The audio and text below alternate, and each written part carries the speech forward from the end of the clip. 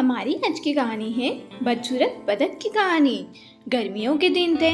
शाम के समय एक बतख झील के पास ही पेड़ के नीचे अपने अंडे देने के लिए अच्छी जगह ढूंढी थी। उसने वहां पर 5 अंडे दिए। उसने देखा कि उसके 5 अंडों में से एक अंडा सबसे बहुत अलग था, जिसे देखकर वह परेशान रहने लगी। उसने अंडों से बच्चों के बाहर आने का इंतजार किया। फिर एक सुबह उसके 4 अंडों में से उसके 4 नन्हे बच्चे बाहर आ गए।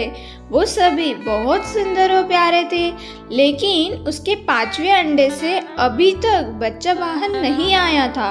बतख ने कहा कि यह 5वें अंडे का बच्चा उसका सबसे सुंदर बच्चा होगा, तभी वह बाहर आने में इतना टाइम ले रहा है। एक सुबह वह 5वां अंडा भी फूट गया। उसमें से एक बदसूरत बतख का बच्चा निकला। बतख का यह बच्चे अपने बाकी के चारों भाई बहनों से बहुत बड़ा और बदसूरत था।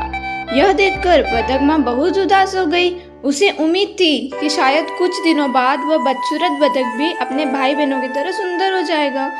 कई दिन बीत जाने के बाद भी वह बतख बदसूरत ही रहा।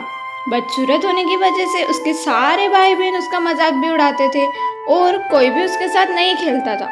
वह बदसूरत बतख का बच्चा बहुत उदास रहने लगा, क्योंकि एक दिन झील में अपनी परछाई देखते हुए वह बदसूरत बतख का बच्चा सोचने लगा कि अगर उसने अपने परिवार को छोड़ दिया तो वो सारे बहुत खुश हो जाए, वह किसी दूसरे जंगल में चला जाएगा। यही सोचकर वह किसी घने जंगल में चला गया। जल्द ही सर्दियों के दिन आ गए। हर तरफ बर्फ की बारिश हो रही थी।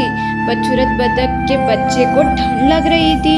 उसके पास खाने पीने के लिए भी कुछ भी नहीं था। वहां से वह एक बतख के परिवार के पास गया। उन्होंने उसे भगा दिया। फिर वह एक मुर्गी के घर गया। मुर्गी ने भी उसे चोंच मारकर भगा दिया। उसी रास्ते में उसे कुत्ते ने देखा, लेकिन कुत्ता भी उसे छोड़कर चला गया, क्योंकि वह दिखने में बहुत बदसूरत था।